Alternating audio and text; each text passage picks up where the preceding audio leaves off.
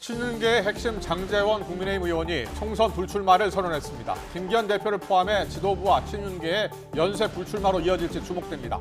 민주당에선 이낙연 전 대표가 내년 초 창당을 시사한 데 이어서 3지대 의원들과 교감하는 것으로 전해지며 빅텐트론에 힘이 실리고 있습니다. 이른바 순살 아파트 사태를 막기 위해 LH가 주도하는 공공주택 사업에 민간 경쟁 시스템을 도입합니다. 전관 카르텔을 없애기 위해 LH 전관업체 입찰을 제한하기로 했습니다. 고령화 영향으로 1인 가구 비중이 역대 최대를 기록했습니다. 특히 남성은 30대 1인 가구가 22%로 가장 많았는데 늦은 결혼이 원인인 것으로 보입니다.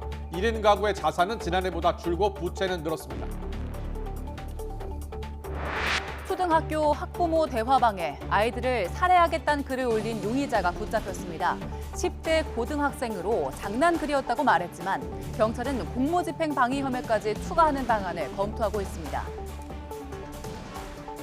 상습 마약 투약과 증거인멸 교사 혐의로 재판에 넘겨진 배우 유아인 씨가 첫 재판에서 대마를 피운 혐의는 인정했습니다. 그러나 프로포폴 투약 부분은 혐의가 과장됐다고 주장했습니다.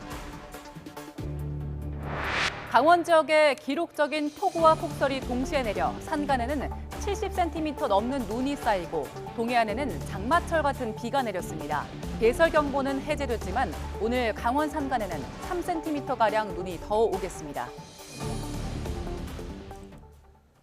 국토교통부가 검단 신도시 아파트 주차장 붕괴 사고의 후속 대책으로 LH 혁신과 건설 카르텔 혁파 방안을 내놨습니다. 공공주택 공급 구조를 LH 독점에서 민간과 경쟁하는 체제로 개편하고 설계와 시공, 감리업체 선정 권한도 전문기관으로 이관하기로 했습니다. 이승윤 기자입니다.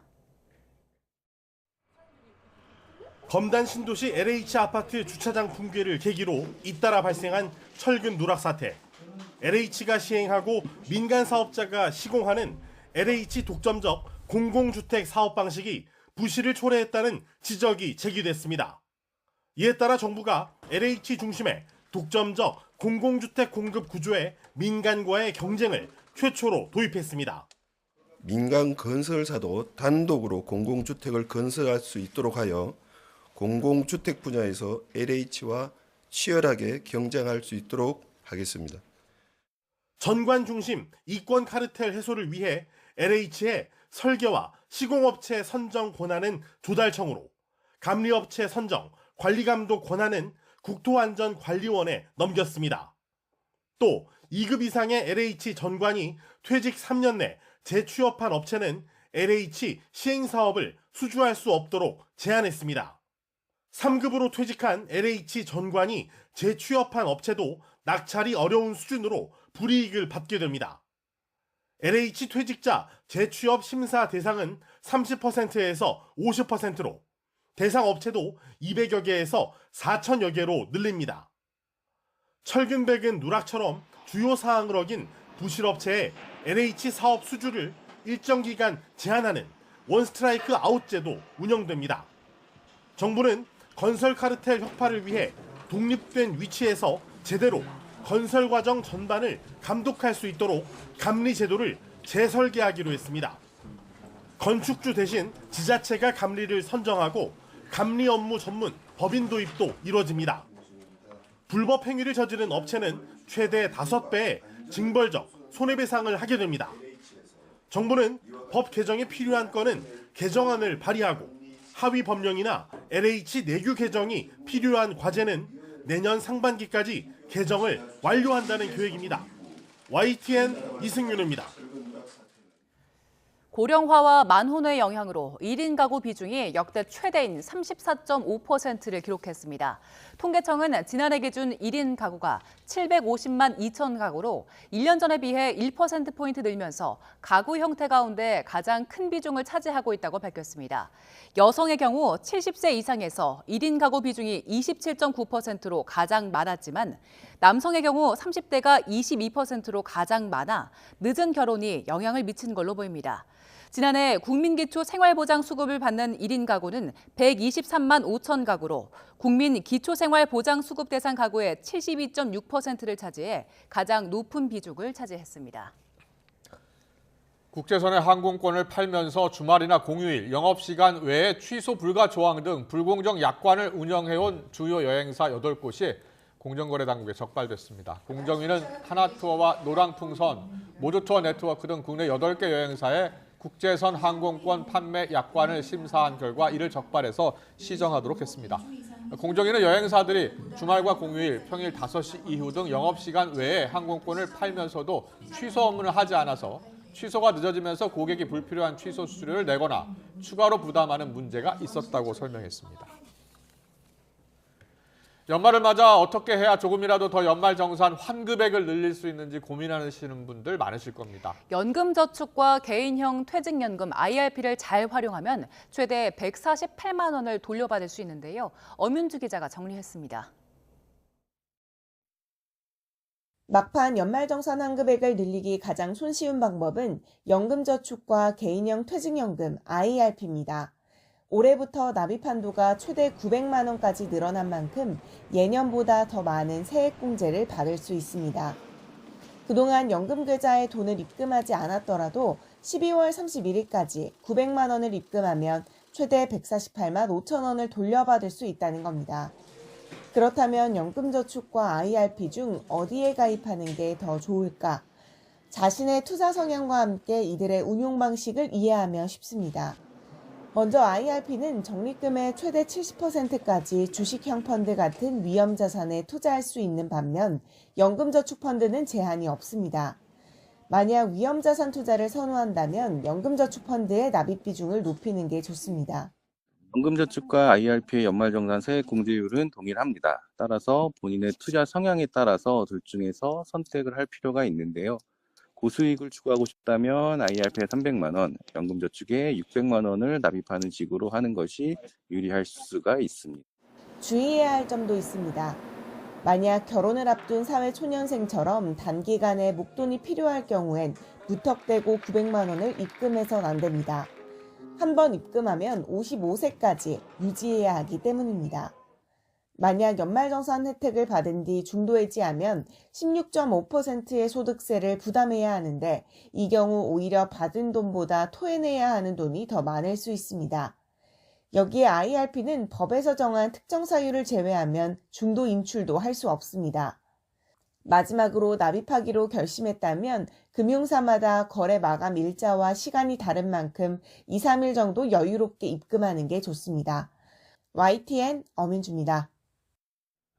사교육의 과열을 잡으려면 킬러 문항 배제가 아니라 수능을 절대평가로 바꿔야 한다는 주장이 나왔습니다. 사교육 걱정 없는 세상과 전국 교직원노동조합 등 128개 시민단체와 교원 노조를 비롯해 더불어민주당 일부 의원들은 국회에서 기자회견을 갖고 이같이 말했습니다. 이들은 이번 불수능 뒤에 사교육 시장이 물을 만난 듯 홍보에 열을 올리고 있다며 킬러 문항을 덜어낸다 해도 수능 상대평가가 유지되는 한 출혈적인 사교육비는 계속 많아질 수밖에 없다고 비판했습니다. 초등학생 학부모들이 모인 SNS 대화방에 살인 예고글을 올린 고등학생이 경찰에 붙잡혔습니다. 인천 서부경찰서는 협박 혐의로 10대 A군을 붙잡아 조사하고 있습니다. A군은 오늘 오전 10시쯤 인천의 한 초등학교 학부모들이 모인 카카오톡 오픈 채팅방에 등하교하는 아이들을 해치겠다는 내용의 메시지를 쓴 혐의를 받습니다. A군은 장난이었을 뿐이라고 주장하고 있고 경찰은 A군에게 공무집행 방해 혐의를 추가 적용할지 살피고 있습니다.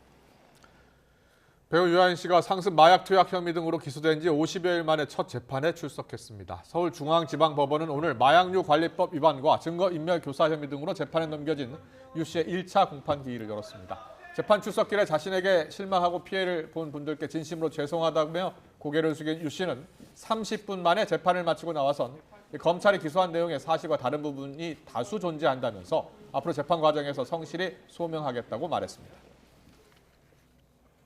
영화 서울의 봄에서 배우 정혜인 씨가 열연한 오진호 서령의 실제 인물 김호랑 중령. 군사 반란 당시 권총 한 자루를 들고 반란군에 맞서 특전 사령관을 지키려다 희생되는데요. 오늘 44주기 추모식에서 유족과 친구들은 김중령을 진정한 군인으로 생각한다면 제대로 된 대우를 해달라고 입을 모았습니다. 직접 들어보겠습니다. 군인이 해야 할 일은 나라를 지키는 거, 나라에 충성하는 거, 또 상관에 복종하는 거, 그거 할 수 있는 짓을 다 한 사람인데 그런 사람 뜻을 기리가지고 우리 지금 구세 젊은 사람도 그런 뜻을 받아가서 하면 좋겠습니다. 내가 하나 안타까운 거는 육군 사관학교도 뭐 추모비 못 만든다, 뭐 특전사도 추모비 못 만든다. 이 골목에 이래 시안나가 되겠습니까? 맹식이 참군이다 하면서 이래 대우해가 안 됩니다. 국방부는 향후 5년간 348조 5천억 원을 투입해 삼축 체계 관련 무기 도입을 강화하는 등의 계획을 담은 국방 중기 계획을 수립해 발표했습니다.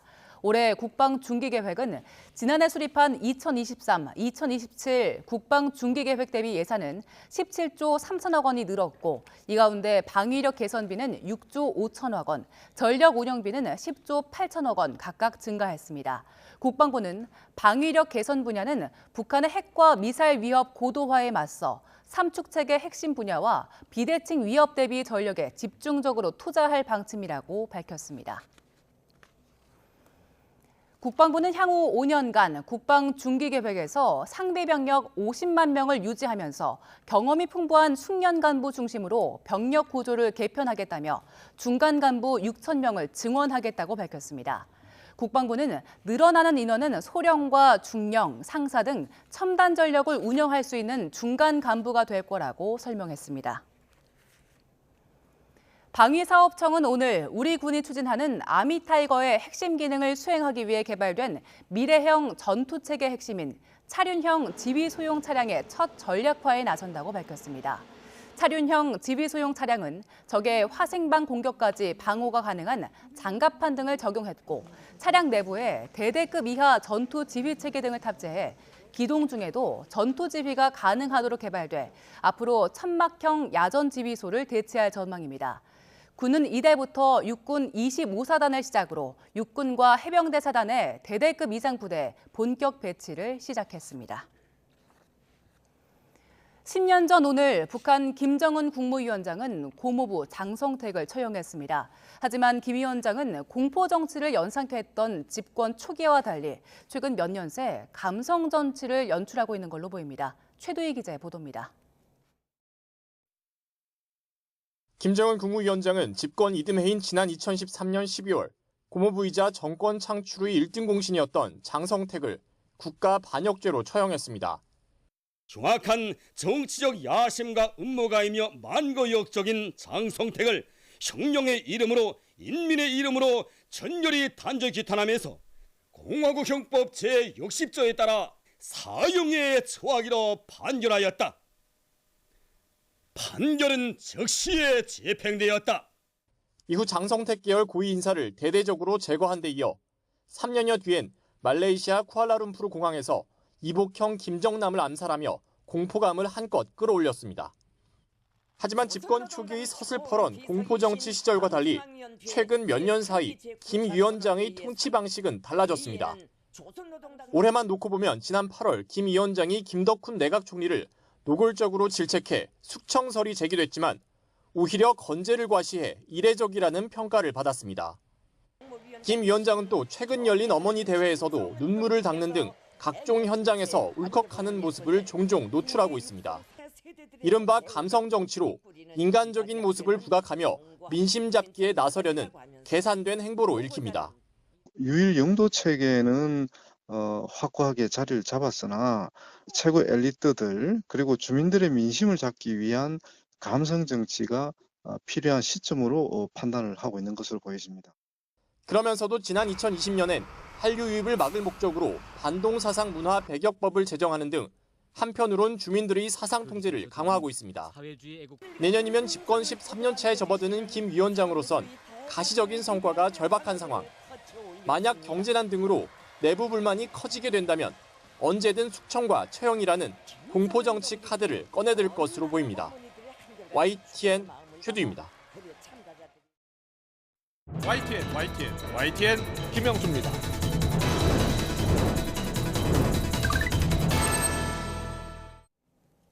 국민의힘 이뇨한 혁신위원회가 해산한 다음 날 이른바 친윤 핵심으로 꼽히는 장제원 의원이 불출마를 공식 선언했습니다. 자신을 밟고 윤석열 정부를 성공시켜 달라면서 백의종군하겠다라고 했는데요. 김기현 대표의 사퇴를 촉구해온 하태경 의원은 장제원 의원의 결단이 혁신의 불씨를 되살렸다며 김기현 대표도 당내에서는 불출마가 기정사실이다라고 주장했습니다. 여당 안에서는 전날까지 김 대표 사퇴론을 놓고서 자살특공대, 퇴출 대상자, 진짜 엑스맨 이런 거친 말들이 오가면서 내용이 컸는데요. 장 의원의 불출마 선언이 국민의힘 내홍에 어떤 영향을 미칠지 주목됩니다. 오늘 더정치는 장제원 의원의 기자회견 내용을 짧게 듣고 시작하겠습니다. 또 한 번 백의종군의 길을 갑니다. 이번엔 제가 가지고 있는 마지막 공직인 국회의원직입니다. 윤석열 정부의 성공보다 절박한 것이 어디 있겠습니까? 총선 승리가 윤석열 정부 성공의 최소한의 조건입니다. 그래서 제가 가진 마지막을 내어놓습니다. 이제 떠납니다. 버려짐이 아니라 뿌려짐이라고 믿습니다. 사랑하고 존경하는 당원 동지 여러분, 부족하지만 저를 밟고 총선 승리를 통해 윤석열 정부를 성공시켜 주시길 부탁드립니다. 감사합니다. 오늘의 전국 현안 짚어보는 시간입니다. 이태규 국민의힘 의원, 안민석 더불어민주당 의원 나와 계십니다. 어서 오십시오. 안녕하세요. 안녕하십니까. 안녕하세요. 자, 어제 아버지 산소에 다녀온 뒤에 이제 잠시 멈추려 한다라는 글을 먼저 올렸습니다. 장제원 의원 이야기입니다. 그런데 오늘 이제 불출마 기자회견을 가졌습니다. 혁신위가 공식 종료되자마자 이 같은 선언을 한 건데요. 국민의힘 내부에서는 혹시 장 의원이 불출마 선언할 것이다라는 이야기가 돌았습니까? 공식적으로 도는 건 없는데 이제 일부 의원들 사이에서는 결국 이제 그렇게 할 수밖에 없지 않겠냐 예. 이런 막연한 이제 기대치나 뭐 이런 것이 있었는데 사실 어저께 그 페이스북에 글 올리고 나서 오늘 기자회견한 거는 전 이제 전격적이라고 봐야 됩니다. 전격적으로 봐야 되고 또 지금 이 시점이 당내에서 그 혁신안 수용 여부를 놓고 지금 여기에 대한 당내 내년 또 총선 전망, 수도권 총선 전망과 관련돼서 당내 다양한 의견들이 제기가 되고 여기에 대한 갈등이 고조되고 증폭되고 있는 시점에서 지금 장제원이 전격적으로 이제 백의종군을 선언하고 불출마를 선언했지 않습니까? 그렇게 해서 저는 이제 인유한 혁신위원회가 종료는 됐지만 인유한 혁신위원회가 남긴 그 혁신안 이런 부분들이 굉장히 탄력을 받을 수밖에 없겠다. 이렇게 예상하고 있는 거죠. 지난달 초만 하더라도 그 대규모 산악회 모임을 가졌었잖아요. 수천 명이 함께 지자들이. 그래서 그때는 험지 출마라든지 불출마는 하지 않겠구나 이런 분석이 많았었는데 그럼 그때와 지금 왜 달라진 겁니까? 그거는 뭐 조금 더 저희가 살펴봐야 되겠지만 어쨌든 국회의원이 본인이 불출마를 결심한다는 이런 건 굉장히 어려운 일이죠. 어려운 일이고 또 실질적으로 이제까지 어떤 만약에 정부가 어려움에 처했다면 여기에 대해 이제 자기의 어떤 책임을 지우는 이런 부분을 자기가 선뜻 받기도 사실 쉽지 않다고 봅니다. 장제원 의원이 그동안 어떤 이야기 했는지 저희가 정리를 해드렸는데 나는 눈치 안 보고 산다. 지난달까지 이렇게 얘기했어요. 권력자가 뭐라고 해도 할 말을 하고 산다라고 했는데 그래서 오늘 선언이 어떻게 해서 이루어진 것인지 대통령실과 뭐 교감을 한 것은 아닌지 이런 이야기들이 돌거든요. 저는 일단 장제원 의원 자체가 스스로 많은 고민을 해왔다고 보는 거고요. 두 번째는 어쨌든 장제원 의원은 지금 윤석열 정부에 있어서는 상징적인 인물입니다. 그렇기 때문에 좀 이제 대통령하고 어느 정도의 교감 속에서 이 부분이 저는 이루어졌다고 생각을 하는 것이지 그래서 대통령의 뜻을 아마 장제원 의원이 확인을 했거나 아니면은 대통령의 성공을 위해서 본인의 결심을 대통령한테 이야기했거나 어쨌든 둘 중에 하나는 분명한 거죠. 자, 그러면 우리 오선의 안민석 의원은 어떻게 보고 있는지. 자, 장제원 의원이 불출마를 선언했어요. 예상하셨습니까? 저 불출마가 이제 압박에 의한 것이었던 아니면은 용산 캐비넷 속에 무엇에 의한 것이었던 간에 어쨌거나 장제원 의원의 결단, 희생 그 부분에 대해서 긍정적으로 평가를 하고요. 두 가지 제가 말씀드리고 싶은 것은 첫 번째 타이밍에 좀 아쉬움이 있어요. 저 기자회견을 오늘이 아닌 한 달 전쯤에 인요한 혁신위원장이 영남 중진들 험지 불출마하라라고 요구했을 때 바로 화답을 했더라면 더 감동, 시너지 효과가 더 있었을 그때는 것입니다. 오히려 세를 과시하지 않았습니까?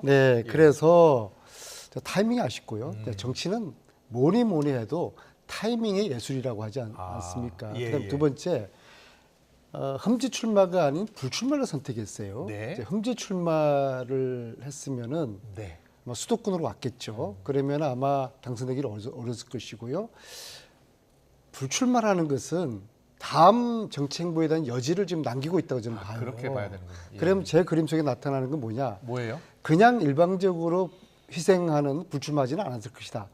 장재원 의원은 주고받는 것에 능한 정치를 해온 분이거든요. 예, 예. 그러면은 그래서요? 뭔가 용산으로부터 받았을 것이다. 뭘 받았을 것 아마도 같아요? 장관직 임명 그 부분을 하고서 그다음에 26년에 지방선거 장재원 의원의 꿈은 항상 부산시장 출마라는 이야기를 해왔었거든요. 그래서 그렇습니까? 장관 그다음에 부산시장 출마 그렇게 하면은 장재원 의원으로서는 미치는 장사가 아니었겠다. 그렇군요. 그러니까 일단 불출마 선언 이후에 장관으로 갈 수도 있고 아니면은 뭐 자치단체장, 부산시장. 그 제 눈에 그렇게 보이기 예, 때문에 출마 가히 그렇게 가능성도 있어 감동적이지는 보인다. 않았어요. 그런 분석 전망을 해주셨는데 이태규 의원님도 그럴 가능성이 저는 있다고 지금 이제 그렇게 안민석 의원님께서 말씀하시면 보세요? 오늘 이제 백의종군을 선언한 이제 장재현 의원의 그 결단이 사실 빛이 많이 바래죠. 저는 어떤 대가를 바라고 했다고 생각하지 않고요. 그렇기 때문에 만약에 오늘 장재현 의원의 불출마 선언이 이 당의 변화와 혁신의 기폭제가 되고 그것을 통해서 총선 승리의 원동력이 된다면 거기에 대한 정치적 보상과 배려는 필요하다고 봅니다. 알겠습니다. 자, 장재원 의원의 불출마 선언에 앞서서 김기현 대표. 지금 김기현 대표의 또 거취도 좀 주목이 되고 있는데 어제는 사직생 이렇게 이야기하면서 기득권 내려놓겠다라고 했죠. 거취 표명 대신에 이제 본인 체제로 총선을 치른다라는 뜻을 분명히 했다는 분석이 어제 나왔는데 하태경 의원이요 이런 이야기했습니다. 김 대표도 결국은 불출마를 선언할 것이다 이런 이야기했는데요. 직접 듣고 오겠습니다. 김기현 대표도 사실 당내에서는 뭐 불출마한다는 게 기정사실입니다. 사실 가장 좋은 타이밍은 지난번 보궐선거 패배했을 그때 저는 불출마 선언을 했어야 된다고 생각을 했고요. 많은 사람 다 알고 이런 상황이기 때문에 장재원 의원 불출마 비교했을 때 큰 감흥이 없지 않을까 하는 생각입니다. 자, 뭐 하태경 의원의 주장이긴 합니다만 김기현 대표가 당내에서 불출마할 것이다라는 게 기정사실이에요? 뭐 다양한 의견이 있습니다. 다양한 의견이 있는데 지금 이제 당이 지금 굉장히 이제 중요한 시점 상황에 왔다고 봅니다. 오늘 장재현 의원이 불출마 선언을 통해서 그러면 아마도 이 장재현 의원이 어떤 희생과 헌신이다 이렇게 만약에 당내에서 평가가 된다면 김기현 대표한테도 여기에 상응하는 그런 어떤 결단을 아마 당내 여론이 요구할 가능성이 높기 때문에 이런 부분에서 김기현 대표가 여러모로 지금 아마 고민을 하고 계시지 않겠는가 저는 뭐 그렇게 생각합니다. 유상범 의원은 불출마는 고민할 수 있어도 대표직 사퇴는 부적절하다. 그러니까 불출마는 선언하는데 대표직을 유지해야 한다. 뭐 이렇게 이야기하고 있는데 그럴 가능성도 있어요? 저는 이제 불출마와 대표직 사퇴를 동시에 할 수도 있고 또 둘 다 안 할 수도 있고 또 한 가지만 할 수도 있다고 보는데 중요한 부분은 지금 이제 어떤 리더십을 지금 당에서 요구하고 있느냐 이 두 가지를 김기현 대표가 할 수 있느냐의 문제라고 보거든요. 뭐 짧게 말씀을 드리면 첫 번째가 저는 지난 대통령 선거는 사실 윤석열 후보를 중심으로 한 안철수 후보 단일화 그다음에 이준석, 유승민, 홍준표 이런 분들하고 어떤 연합 전선이었거든요. 이런 연합 전선을 복원해낼 수 있느냐 이 부분이 하나가 있고 두 번째는 이제 방법과 내용의 차이는 있지만 인요한 혁신위가 요구한 개혁공천, 혁신공천의 내용들을 제대로 채워줄 수 있느냐 이 부분이 지금 당에서 요구하는 리더십이라고 보거든요. 이 부분에 대해서 저는 김기현 대표가 명확한 비전과 어떤 그 방법을 제시한다면 저는 김기현 대표가 뒤에서 전면에 나서지 않더라도 실질적으로 전체 승리의 판을 만드는 그런 그 대표로서의 역할을 저는 수행하면 아무 문제가 없다고 생각을 합니다. 그렇군요. 그런데 이것도 아니고 저것도 아닌 상태에서 대표직을 갖는다면 당에서 다양한 목소리들이 계속해서 분출되지 않겠는가 이렇게 보여지는 거죠. 자, 김기현 대표 어떤 선택을 할까요? 불출마 선언도 하고 대표직도 내려놓을까요? 아니면 불출마 선언을 하고 또 대표직도 내려놓을까요? 아니면 유지할까요? 뭐 아니면 뭐 불출마 선언도 하지 않고 그대로 지금 대표직 유지하고 총선 치르겠다. 결론부터 말씀드리면은 김기현 대표께서 깔끔하게 대표 사퇴하시고 네. 오산에서 안민석과 한판 붙자.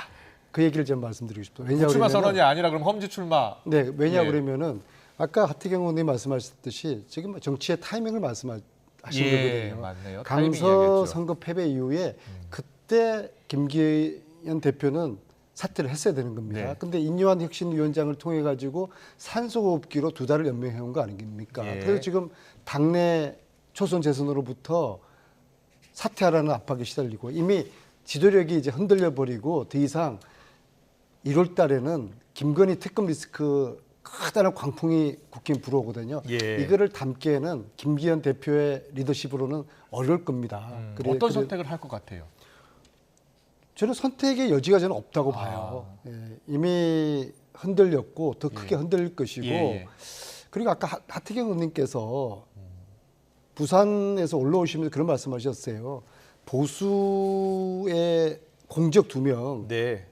뭐 정청래, 안민석 지적하셨잖아요. 그러면은 당연히 정청래나 안민석을 꺾기 위해 가지고 센 사람이 마포나 오산에 와야 되는 거 아니겠어요? 그래서 네. 근데 하태경 의원이 올 줄 알았더니 본인은 생뚱맞게 종로로 가버리시고 예. 한동훈 장관이라도 마포나 오산을 붙어야 될 거 아닙니까? 네. 보수의 공적이라면서요. 자, 그렇게 뭐 한동훈 장관도 뭐 강남이나 더 좀 좋은 데로 안민석 갈 것 의원이 지금 같고. 오산이니까 오산 지역으로 와서 붙어보자 이런 말씀하시는 거잖아요. 김기현 대표는 예. 마포나 오산 정도로 와서 본인들이 생각하는 보수의 공적을 꺾기 위해서 그게 흠지든 어떤 곳이든 그렇게 붙는 것이 그것이 좀 제대로 된 정치라고 생각합니다. 예, 예, 알겠습니다. 기다리겠습니다. 잘 들었고요. 알겠습니다. 근데 그 가능성 좀 낮아 보여요. 아 근데 예. 괜히 좋은 사람 지금 뭐 오산으로 네. 보낸다는 그런 이야기가 있는데요. 예. 좋은 사람 바보 만들지 말고 예. 정말 센 사람이 오산 와가지고 한번 붙었으면 좋겠습니다. 알겠습니다. 그런데 지금 야당 내부에서 김기현 대표 사퇴론 가지고 공방이 있었다고 하는데 어제였다고 하더라고요. 그 국회의원들 모임방 대화방이 있다면서요. 네. 거기서 뭐 설전이 벌어졌다는데요. 그 텔레그램 방 이제 텔레그램 방에 그 방을 이제 의원들 예, 이태규 의원님도 거기 안에 있으실 거 있습니다. 있었죠. 예, 예. 있고 그래서 그 부분에서 이제 그 대표 거취 문제와 관련돼서 어쨌든 이제 서병수 의원님하고 하태경 의원님이 거론을 하셨고 그러니까 이 부분에서 이제 주로 이제 영남 중심으로 해서 예. 초선 의원들이 이걸 반박하는 글들이 어저께 굉장히 많이 올라왔습니다. 그랬군요. 예. 예. 이제 그러던 차에 이제 장재현 의원의 이 결단이 오늘 있었던 거거든요. 어떤 영향을 미칠까요? 아니 그러니까 어저께 그러면 이제 어쨌든 장재현 의원은 결과적으로 본인이 선택한 거는 혁신의 길을 선택한 거거든요. 예, 예. 어저께 초선 의원들은 그 혁신에 대해서 조금 이제 비판적인 입장에서 김기현 대표를 옹호했던 김기현 부분인데. 대표 체제로 총선을 치러야 한다라는 의견들도 있었고 아니다라는 의견도 있었고 어느 의견이 더 많았습니까? 그건 당연히 이제 대표를 보유하는 의견이 많았었죠. 그랬군요. 예. 많았음에도 불구하고 오늘 그 장재현 의원 결심에 따라서 예. 어저께 이제 그런 목소들이 굉장히 좀 초라해졌다 이렇게 좀 볼 수 있는 그렇군요. 거죠. 지금은 뭐 대화방에서 어떤 이야기들 없습니까? 지금 아주 잠잠합니다. 잠잠합니까? 지금. 예, 예. 어떤 대화들이 오갈지도 궁금한데요. 김기현 대표가 그런데 오늘 원래 다른 일정이 있었다면서요? 오늘 아마 연탄 배달 그렇죠. 일정이 있었던 근데 그 걸로 일정에 알고 있어요. 참가하지 않았다고 하던데? 저는 이제 아무래도 이제 장재현 의원의 오늘 그 결심에 대한 예. 대표 그걸 연동시켜서 이제 대표의 거취나 이런 거를 기자들이 아마 계속 물을 테니까 계속 물을 것 같으니까. 예, 그런 부분도 있을 것이고 예. 또 이제 여러 가지 상황의 변화가 있기 때문에 여기에 대해서 본인이 아마 여러 가지 부분을 고민할 부분이 좀 필요할 거라고 생각이 들거든요. 예, 예. 그래서 정말 이제 지금 이제 당도 살고 또 정권도 사는 길이 그것이 변화의 혁신의 길이라면 이 중대한 기로점에서 당대표로서 내가 어떤 처신과 어떤 판단, 어떤 결심을 해야 될 것인가 이 부분에 대한 좀 생각의 시간을 좀 가지려고 하는 것 아니겠는가 저는 그렇게 생각합니다. 그렇군요. 그런데 지금 공관위가 곧 출범하지 않나요? 저는 지금 상황에서 공관위가 출범은 의미가 없다고 보고요. 예, 예. 일단 공천관리위원회라는 것은 예. 당의 안정적인 지도체제가 확립이 된 상태에서 추진을 해야 그 공관위도 권위를 가질 수 있는 거거든요. 네. 그런 부분에서 지금 공관위보다는 현재 당내 변화와 혁신 관련된 당내의 다양한 이 의견 여론들을 하나로 취업 조정할 수 있는 리더십 그리고 당의 거기에 대해서 하나의 공론을 만들어내는 것 이게 우선이다 저는 이렇게 생각을 합니다. 김기현 대표가 어떤 결정을 낼지 모르겠지만요. 예. 저는 장재현 의원처럼 불출마 카드는 쓰지 않았으면 좋겠어요. 여당 의원들이기 때문에 불출마 카드는 이 의미 속에서는 다음에 임명직 장관이라는 그런 메시지가 읽히거든요. 그래서 정말 여당의 진정한 지도자라고 그러면은 당을 위해서 헌신하는 그런 용기를 있는 자세라고 그러면은 험지 출마를 해야 된다. 그래서 장제원도 아니고 하태경도 아니고 한동훈도 아니고 이제 제가 붙을 카드는 김기현 카드가 남았으니까. 우리 안민석 의원님께서 자매 후에 제가 볼 때는 지금 이제 이러한 결심과 어떤 이러한 그 건설적인 이 논쟁들이 지금 민주당에서는 일어나지 못하고 있거든요. 그죠? 그 부분을 지금 방어하시는 것 같아요. 그래서 이 불씨를 붙여주시라. 그러니까 혁신의 논쟁이나 이런 대표께서. 부분들이 민주당도 지금 적극적으로 필요한 당 아닙니까 지금? 민주당에서 지금 뭐 불출마가 최근에 나온 것은 없었죠. 저희들이 현역들이 다 있으니까 예. 오산 같은 경우에도 자객 공천을 한다는 것이거든요. 근데 뭐 좀 괜찮은 사람인데 정치에 물들지 않은 그런 괜찮은 사람을 괜히 보내가지고 바보 만들지 말고 김기현 같은 그런 당대표 출신의 그런 분들이 오산 와가지고 제가 오선이지 않습니까? 저랑 붙으면은 이게 굉장히 상징성도 있고 김기현 대표로서는 그러니까 명분 얘기가 있는 조금 싸움이 아니겠습니까? 약간 빗나가고 있습니다. 궁금한 거야. 궁금한 게 그랬으면 좋겠어요. 지금 김기현 대표의 거취뿐만이 아니라요. 뭐 친윤계 의원들하고 불리는 의원들이 더 있잖아요. 권성동 의원도 있고요. 그 더 이어질 것으로 보세요? 뭐 근데 상황을 좀 봐야 되겠는 게 중요한 부분은 이제 영남권 중진이다. 뭐 윤핵관이다 이게 중요한 게 아니고 실질적으로 국민 눈높이에 맞는 혁신적인 공천을 어떻게 할 것이냐. 지금 국민의힘이 여러 가지 어려운 환경 속에서도 민주당에 비해서 우월적 입장에 있는 것이 당의 도덕성 문제입니다. 그래도 국민들께서는 여당이 야당보다는 도덕성이 더 낫다. 이렇게 평가하는 조사 자료들이 있거든요. 그렇다면 이번 기회에 우리 당이 국민의힘이 공천을 하면서 적어도 도덕적으로나 정치적으로 중대한 흠결사항이나 귀책 사유가 있는 사람들은 공천에서 배제하는 그래서 국민의 도덕적 눈높이를 맞춰주는 반론한 거죠. 이런 쪽으로 가는 부분들이 일단 당이 필요하다 이렇게 대통령의 말씀드리는 거고요. 부인께서 명품 가방을 받는 이 상황에 입 한마디 뻥끗하지 못하는 여당이 도덕성이 민주당보다 낫다. 그 말씀은 제가 동의할 수 없습니다. 아니요. 제가 말씀드리는 것은 그런 조사 결과가 있었다고 말씀을 드리는 거고 아니 그건 실질적으로 그동안 그 민주당이 지금 이재명 대표 체제 이후에 민주당이 걸어온 길 걸려있는 여러 가지 사법 리스크들을 국민들께서 다 보고 계시는 거 아니겠습니까? 물론 이쪽에 있는 부분을 가지고 거신다고 하지만 전체적으로는 지금 민주당의 도덕적 문제가 심각하다. 이 문제는 분명한 거 아니겠습니까? 칭계침이라는 말씀을 드리겠습니다. 알겠습니다. 자, 민주당 이야기로 넘어가 보겠습니다. 연일 신당론 띄우고 있죠. 이낙연 전 대표가요. 어제 한 언론사 인터뷰에서 구체적인 시점을 언급해서 지금 관심이 집중되고 있습니다. 이런 가운데 김민석 의원이 이낙연 전 대표의 신당을 사쿠라라고 비유한 것을 두고서 비판의 목소리도 나오고 있는데요. 조홍천 의원의 목소리 듣고 오겠습니다. 2002년 대선 당시 노무현 후보가 그 지지율이 낮다는 이유로 탈당하고 정몽준의 국민통합 21로 옮겼지 않습니까? 그렇죠. 그때 철새, 뭐 김민세, 뭐 이런 별칭이 붙었습니다. 그래서 사쿠라라고 말할 자격이 있는가? 그래서 저는 셀프 디스라고 보는 겁니다. 12월 초읽기까지 몰리게 되면 저는 이제 물을 수밖에 없는 거죠. 이제 민주당이 더 이상 종천은 필요가 없는가? 저는 내가 당을 버린 게 아니고 당이 나를 버린 거다. 당이 우리 맨발을 버린 거다. 자, 김민석 의원의 어제 발언을 놓고서 좀 논란이 계속되고 있어요. 김민석 의원이 또 다시 반박을 하고 있고요. 어떻게 보고 계세요?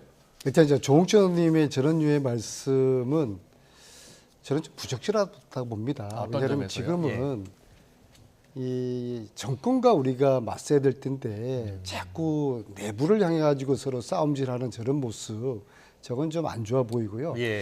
김민석 의원의 사쿠라 발언에 대해 가지고는 제가 했으면은 괜찮을지 모르겠어요. 저는 단 한 번도 뭐 회색이나 사쿠라가 된 적이 없기 때문에. 근데 괜히 김민석 의원님이 저 말씀을 하셔서 20년 전에 본인의 아주 뼈아픈 부분이 지금 드러나게 돼버렸거든요. 사실 젊은 분들은 과거 20년 전에 어떤 일이 있을지 모르는데 오히려 그것이 노출돼 버렸어요. 그래서 그 부분이 굉장히 안타깝고요. 그 당시 때 이제 정몽준 후보하고 노무현 후보가 그 이회창 후보까지 여러 경합을 벌일 때였어요. 참 그렇죠? 잘 나가던 예. 차세대 정치인인데요. 그때 이제 단일화 이야기가 나왔었고요. 네, 그렇죠. 예. 그래서 이제 정몽준 후보를 김민석 의원이 이제 도우게 됐죠. 그렇죠. 물론 김민석 의원님의 본심은 그 분열에 대한 우려를 말씀을 당시에 이제 하신 이회창 거예요. 후보를 당선시키지 않기 위해서 가져야 된다 예, 이렇게 그래서 얘기했었죠. 저도 마찬가지입니다. 지금 이낙연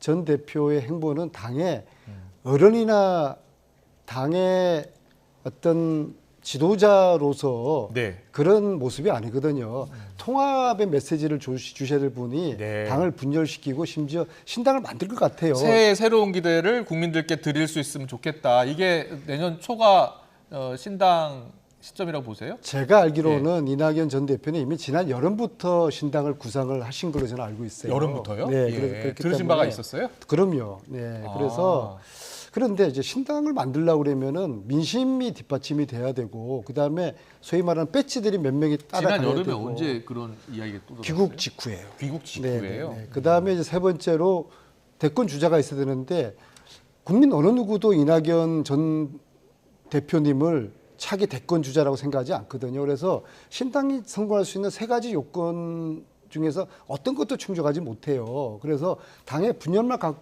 가지고 오고 혼란만 줄 것이에요. 예. 그래서 저는 이낙연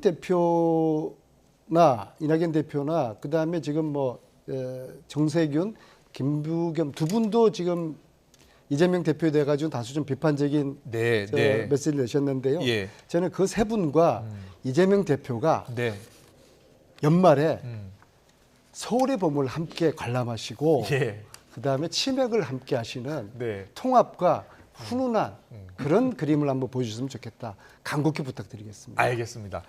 이태규 의원께서는 어떻게 전망하세요? 이낙연 전 대표가 신당 바로 만들 것 같아요? 지금 뭐 여름부터 준비했다, 여름부터 들은 적이 있다라고 이야기를 해주죠. 저는 이제 지금 말씀하시는 뉘앙스로 보면 그 개연성은 충분히 있다 이렇게 보여지고 있고요. 예. 아까 조홍천 의원도 지금 이제 당이 우리를 버리는 거 아니냐.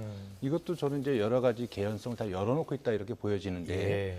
저는 이제 금방 이제 안민석 의원님께서도 말씀하셨지만 이제 정당을 하나 만들려면 네. 한 세 가지 요소가 기본적으로 필요합니다. 한국 정치 특성상 예. 이제 유력한 대선 주자가 있거나 아니면 지역적 기반이 있거나 아니면 이념적 기반이 있거나 네. 이 세 가지가 다 충족이 되면 굉장히 파워풀한 정당을 만들 수 있지만 그 중에 하나라도 있으면 성공 가능성이 있는 거죠. 예. 저는 이제 그런 측면에서 지금 이낙연 전 대표께서 만약에 창당을 꿈꾸신다면 네. 아마 지금 호남의 민심이 어떤지를 살펴보고 계실 거라고 생각이 들거든요. 예. 이낙연 대표의 정치적 배경은 호남이고 또 본인은 DJ의 가장 총애를 받았던 정치인 중에 한 분이기 때문에 예. 상대적으로 이제 이재명 대표는 영남입니다. 본인의 네. 그 출신지가. 그렇기 때문에 지금 호남이 지금 이재명 대표 체제의 민주당을 어떻게 바라보고 있는지 예.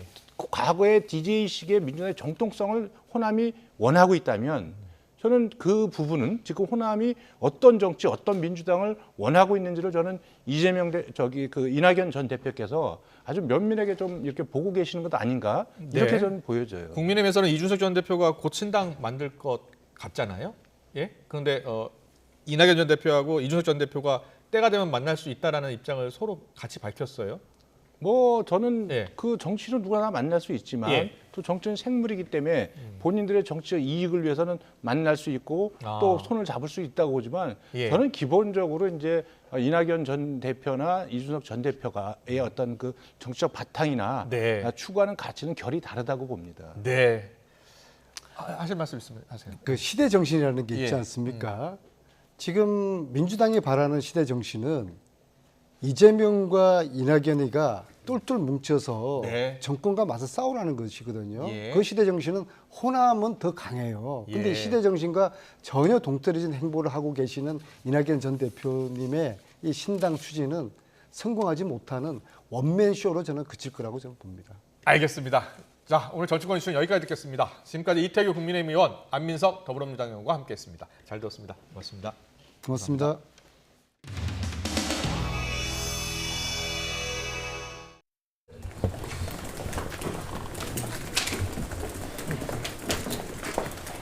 지금까지 역대 혁신위 활동을 보면 그 어느 역대 혁신위보다는 이번의 혁신위는 상당히 성공적이었다. 저는 그렇게 평가하고 싶습니다.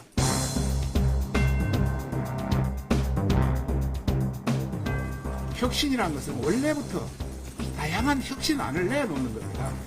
그리고 거기에 대한 액션 받아들이는 것은 당에서 받아들이는 겁니다. 그의 간격은 시차는 있게 마련입니다. 김대현 대통령이 맨 처음에 정권을 준다고 이렇게 보고는 하셨었는데 받아들이고 안 받아들이고 액션을 취하는 것은 당의 문제입니다. 그 사이에는 시차가 있을 수 있다. 혁신을 내놓는 거에 있어서는 장점이 있었는데 받아들이는 부분은 그거는 이제 앞으로 시차가 있죠. 예.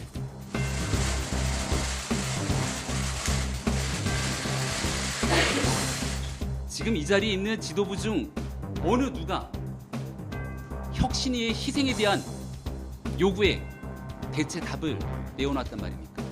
개안 없는 지도부 흔들기를 멈춰야 합니다.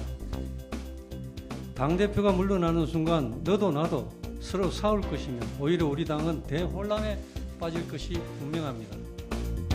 대표결 버튼이 시키기 전에 정호적 논쟁을 자유롭고하는 저를 비롯한 우리 당 구성원 모두는 국민 눈높이에 맞지 않는 모든 기득권을 내려놓고 사적성의 각오와 민생과 경제를 살리라는 국민의 목소리에 답해 나갈 것입니다.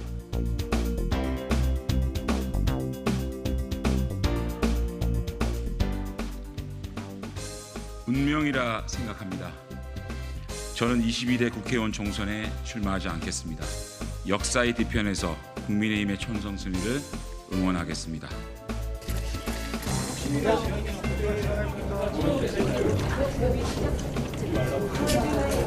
제가 당선 비서실장이 되는 순간부터 모든 각오는 해야 되는 거 아니에요? 긍정적으로. 그래서 모든 기득권을 내려놓고 사직생의 각오로 임하겠다. 이걸 어떻게 해석을 해야 되는 게 맞을까요?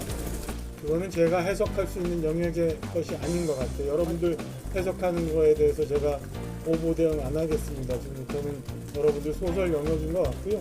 아까 대표 말씀하신 것처럼 저를 비롯한 우리 당 구성원 모두는 국민 눈높이에 맞지 않는 모든 기득권을 내려놓고 사적성의 각오와 민생과 경제를 살리라는 국민의 목소리에 답해 나갈 것입니다.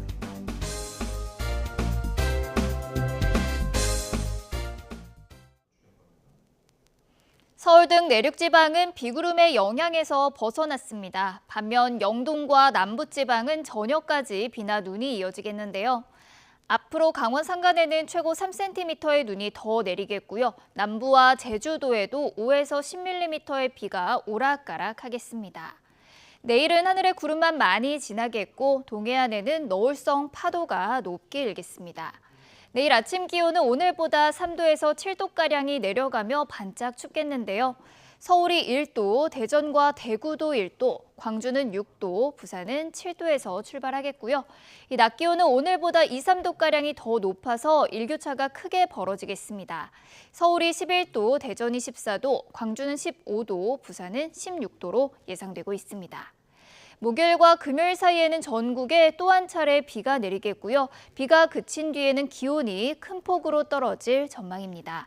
지금까지 날씨 정보였습니다. 네, 이슈를 더 쉽게 전해드리는 더 뉴스, 내일은 더 준비하겠습니다. 잠시 뒤에는 뉴스큐가 방송됩니다. 시청해주신 여러분 고맙습니다.